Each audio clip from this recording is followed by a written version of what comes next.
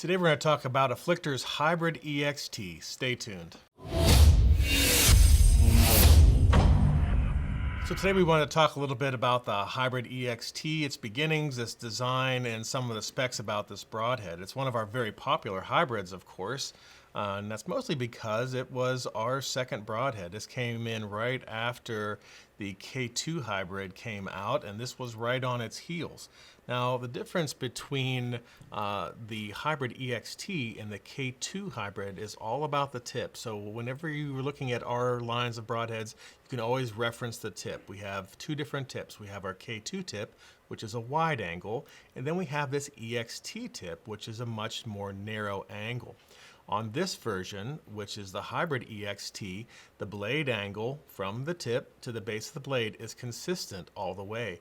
On some of our other broadheads, like the Hybrid X Mini or the Hybrid X, you'll see that it utilizes the EXT tip as well, but right after the base of the tip, the blades will slightly sweep up. So it's more of a personal preference thing if you like that style over the continuous cut.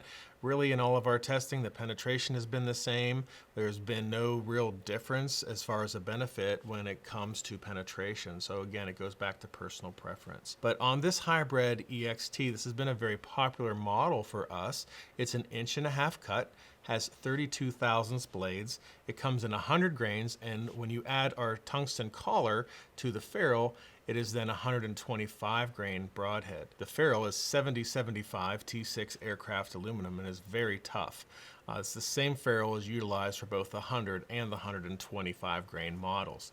Now, what has made this broadhead so popular in our lineup was early on, this was our only 1.5-inch cut, and a lot of people really like that 1.5-inch cut. It's an excellent diameter for getting a lot of damage, a lot of cut, but also extreme penetration.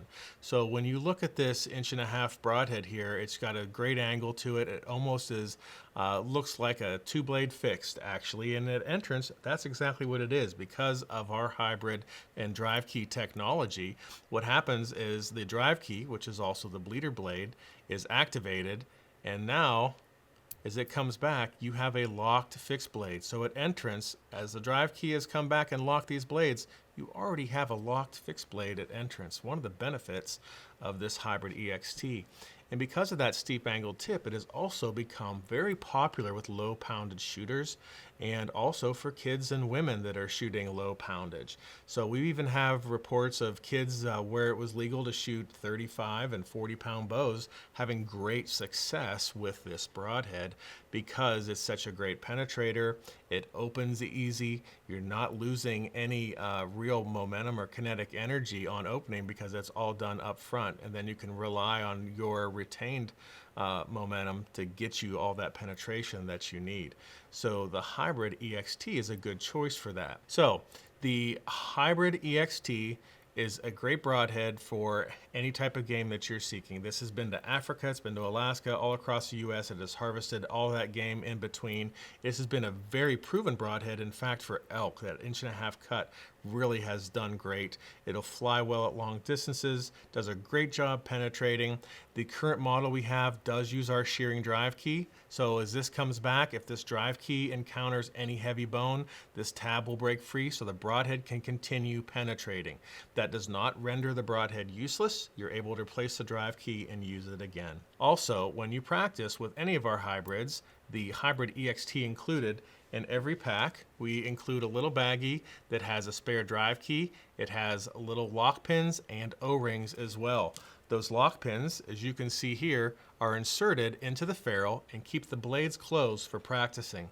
The blades hide behind the oversized tips. You don't have to worry about them getting damaged in your target, and you can shoot it multiple times before you would even have to think about sharpening it. So the lock pins are a great asset to practice because you're actually practicing with the same broadhead you're going to shoot. Our O-ring, which is on the base of our ferrule for all of our hybrids, the broadheads just roll out from underneath it as the drive key comes back. So we do not break this O-ring. It's just a retention system, so it requires very little energy for those blades to slip out. Now, one tip I will give you during practice, when you have your lock pin in here, remove the O-ring. The friction inside the target will wear that down after 3 or 4 shots. You will break it. It is not necessary to be on there while you practice. So just go ahead and pull that O-ring off, practice, and make sure you remove your lock pin and put your O-ring back on before you go on a hunt.